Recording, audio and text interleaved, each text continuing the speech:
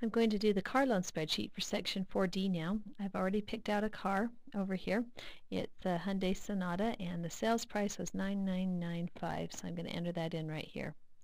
Sales tax in Idaho is 6%, so I'm going to take the price of my car, click on that in D3, times it by 6%, hit enter, there's my sales tax.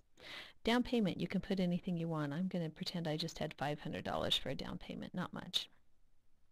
Okay, when we figure out our loan amount, we do equals. We go through these numbers and just see if they add to our loan or subtract. Buying the car added to our loan. Paying sales tax added to our loan.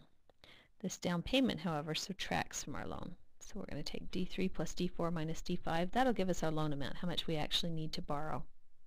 Okay, APR, you can put in anything you want. I'm going to do 5%. Payment. We want Excel to figure out our payment, so we do equals PMT and start some parentheses. Rate in Excel, it likes the rate in the form of APR over N. So I'm going to click on the APR, divide by 12, comma. N per, number of periods. It's a 48-month spreadsheet, so we put in 48, comma. PV, it wants our loan amount. I'm going to click on this loan amount right here in cell D6, because that's our starting loan amount, comma. FV, future value, is 0, because we want to pay off the loan.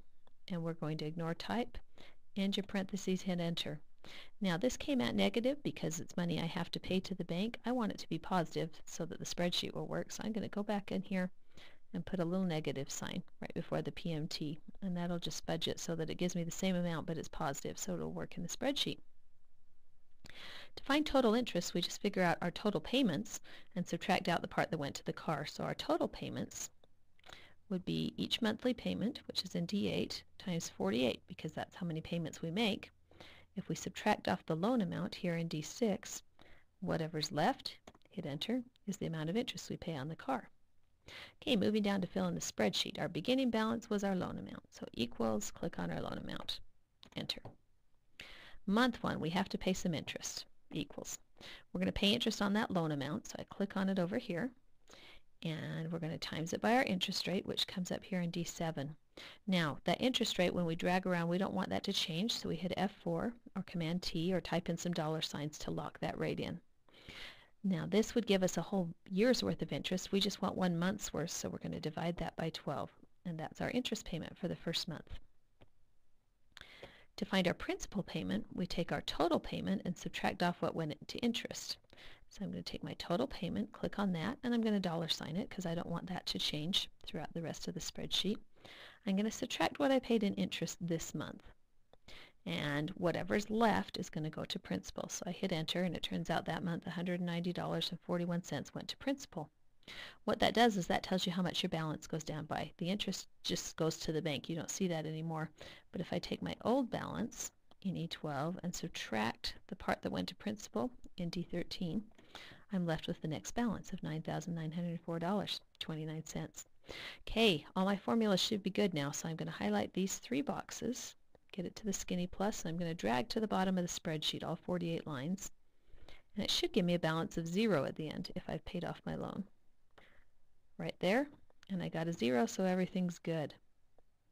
Okay, the last thing we need to check for is because of rounding, occasionally these 2 numbers, interest and principal, don't add up to the payment, and it's actually going to happen right here in line 2.